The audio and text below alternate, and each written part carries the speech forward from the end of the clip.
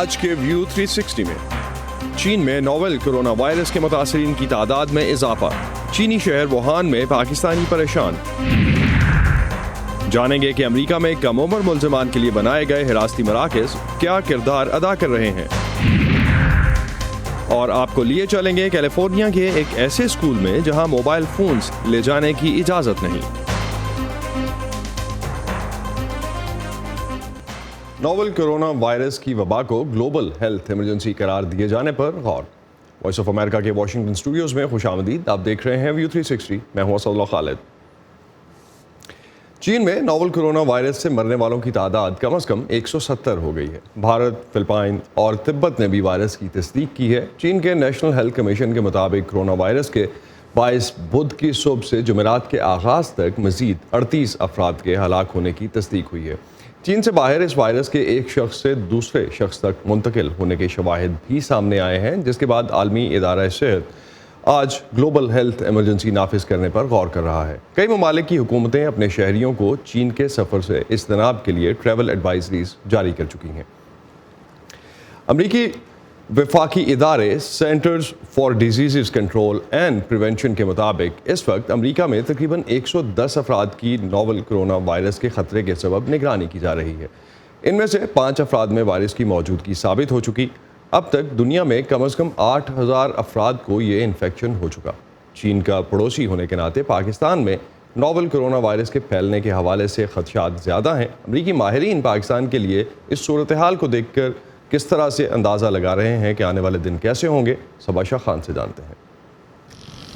پاکستانی وزارت صحت کے مطابق ہر ہفتے چین اور دوسرے ملکوں سے 41 فلائٹس چین سے مسافروں کو لے کر پاکستان پہنچتی ہیں۔ پاکستان نے اپنے انٹری پوائنٹس اور ہوائی اڈوں پر مسافروں کی جانچ کا سلسلہ بھی شروع کیا ہے۔ یہ اقدامات مرض کو ملک میں آنے سے روکنے میں کتنے مؤثر ہو سکتے ہیں، اس حوالے سے ڈاکٹر اینتھونی فاؤچی کہتے ہیں، ملک میں داخلے کے مقامات پر اسکریننگ مددگار ہوتی ہے لیکن پرفیکٹ نہیں۔ میرا مطلب ہے کہ بہت سے واقعات میں متاثرہ افراد اسکریننگ میں پکڑے نہیں جاتے کیونکہ بیماری کی علامات ظاہر ہونے میں وقت لگتا ہے۔ نئے کورونا وائرس کی تشخیص کی سہولت فی الحال پاکستان میں نہیں، اور زیر نگرانی رکھے گئے مریضوں کے نمونے بیرون ملک ٹیسٹنگ کے لیے بھیجے گئے ہیں۔ ایسے میں پاکستان کو اس مرض سے لڑنے کے لیے جدید ٹیکنالوجی اور معلومات فراہم کرنے سے متعلق کیا انٹرنیشنل کمیونٹی سے کسی قسم کی مدد کی توقع کی جا سکتی ہے؟ عالمی نگرانی اور وبائی امراض سے نمٹنے کا نظام کچھ عرصے قبل شروع کیا گیا ہے۔ یہ مکمل طور پر کام نہیں کر رہا، لیکن عالمی سطح پر ہماری قابلیت پہلے سے بڑی ہے۔ نوول کورونا وائرس کی نئی قسم ہے جس کے بارے میں ماہرین کچھ زیادہ نہیں جانتے، لیکن دنیا کے مختلف ملکوں میں سائنسدان اس کا توڑ تلاش کرنے کے لیے کوشاں ہیں۔ نوول کورونا وائرس کی ویکسین ڈھونڈنے کے لیے امریکہ میں 2 اور کوئنسلینڈ آسٹریلیا میں 1 فارماسیوٹیکل کے ساتھ ریسرچرز ویکسین بنانے کی سرتوڑ کوششیں کر رہے ہیں۔ امریکہ میں ویکسین کی تیاری کا فارمولا فارماسیوٹیکل کمپنی کو دے دیا گیا ہے، تاہم اس کی پروڈکشن میں کم از کم 6 ہفتے لگ سکتے ہیں۔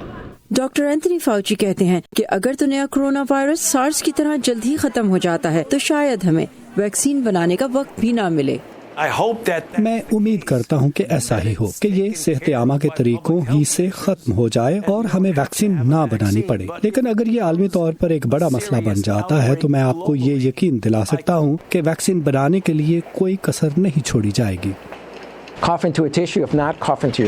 ٹشو میں کھانسیں، اپنی آستین میں کھانسیں، ہاتھوں کو دھوئیں، اور اگر آپ اچھا محسوس نہیں کر رہے تو کام پر نہ جائیں، چاہے اس کے لگنے کا خطرہ نہ بھی ہو۔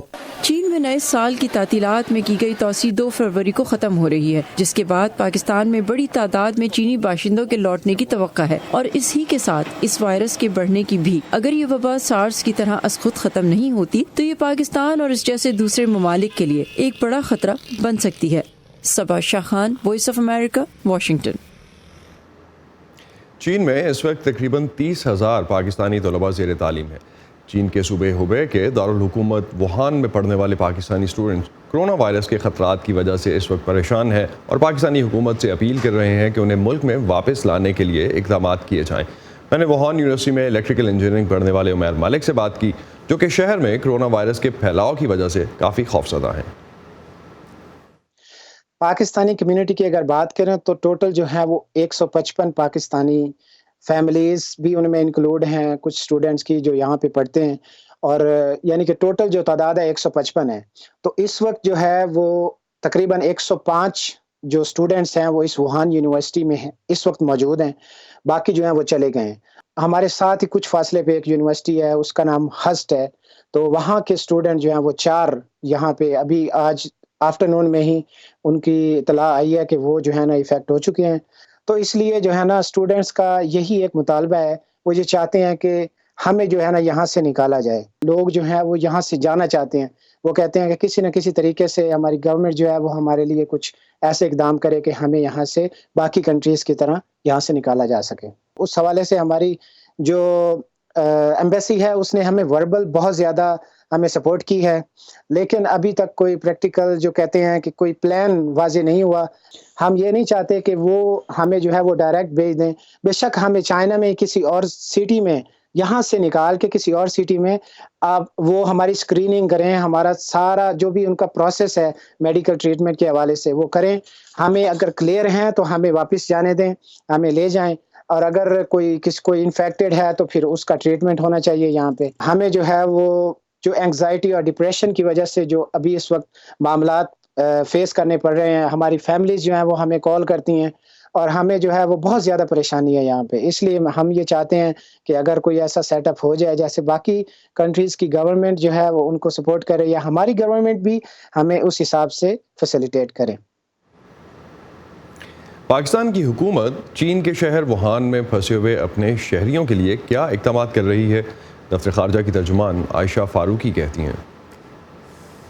سفارت خانہ جب سے اس کرونا وائرس کا آؤٹ بریک ہوا ہے، مستقل طور پہ تمام اسٹوڈنٹس جو ہمارے ڈیٹا بیس میں، ایمبیسی کے ڈیٹا بیس میں موجود تھے، ان کے ساتھ رابطہ کیا ہے، اور جو ڈیٹا بیس پہ نہیں رجسٹرڈ تھے ان سے اپیل کی گئی ہے کہ وہ فوری طور پہ ایمبیسی کی ہاٹ لائن نمبرز پہ رابطہ کریں، رجسٹر کریں. کوئی شکایت ہے تو وہ ضرور بتائیں تاکہ ان کی دادرسی، ان کی ویلفیئر کے لیے جو بھی قدم اٹھانا ہے وہ چائنیز اتھارٹیز کے ساتھ مل کر وہ اٹھایا جا سکے. جہاں خوراک کی کمی ہے وہ مسئلہ بھی چائنیز کے ساتھ اٹھایا گیا ہے، یونیورسٹیز کی جو ایڈمنسٹریشن آفیسز ہیں ان کے ساتھ اٹھایا گیا ہے تاکہ خوراک کی کمی کی شکایت جہاں بھی ہو اس شکایت کا ازالہ کیا جائے. اب تک کی جو اطلاعات ہیں، ایویکیویشن کسی بھی ملک کی ایکچولی نہیں ہوئی ہے. بات چیت کچھ ممالک نے چائنیز اتھارٹیز کے ساتھ کی ہے، اور جیسے میں نے کہا کہ تمام معاملات کا جائزہ لیا جا رہا ہے. Best possible solution and best possible assistance and for the welfare of our people will be taken. تو عائشہ فاروقی پاکستانی فارن آفس کی ترجمان کی اطلاعات کے مطابق ابھی تک کسی ملک نے چین سے اپنے شہریوں کا انخلاء نہیں کیا. تاہم امریکہ سمیت کئی ممالک اس وقت اپنے شہریوں کا انخلاء شروع کر چکے ہیں. گزشتہ رات ہی ایک فلائٹ 210 امریکی شہریوں کو لے کر کیلیفورنیا پہنچی. کرونا وائرس کی موجودگی جانچنے کے لیے ماہرین ان تمام مسافروں کی کم از کم 3 روز تک طبی نگرانی کریں گے. تازہ ترین خبریں، اہم واقعات، آڈیو ویڈیو رپورٹس اور تجزیے دیکھنے، سننے اور پڑھنے کے لیے ڈاؤن لوڈ کیجیے VOA اردو کی نئی ایپ. خبریں اب ہر وقت آپ کی مٹھی میں. بھارت کے chief of defence staff general Bipin Rawat نے حال ہی میں کہا کہ بھارت کے زیر انتظام کشمیر کے نوجوانوں میں ان کے بقول بڑھتی ہوئی شدت پسندی کا توڑ کرنے کے لیے ایسے نوجوانوں کے لیے ڈی ریڈیکلائزیشن کیمپس قائم کرنے کی ضرورت ہے.